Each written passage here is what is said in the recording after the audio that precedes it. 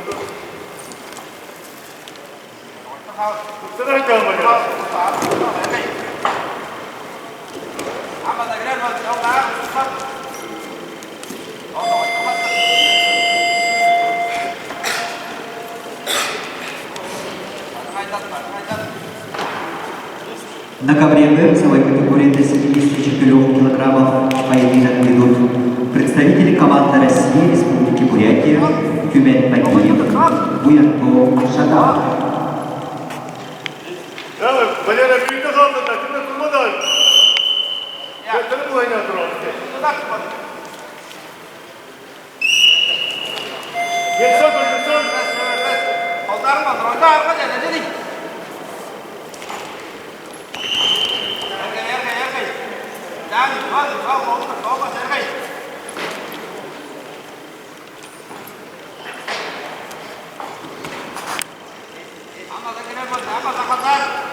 Valera kötü özünde kaldı. Gidin adı da, duruyor mu adı, duruyor mu adı?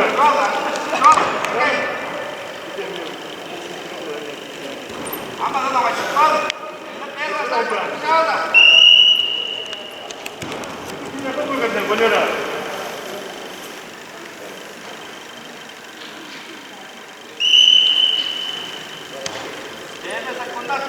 Takıyorlar da, elinde takıyorlar mı o?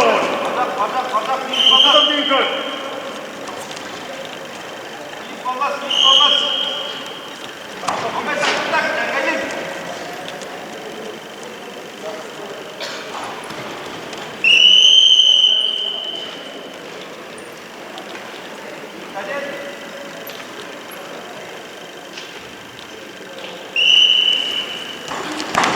Hai.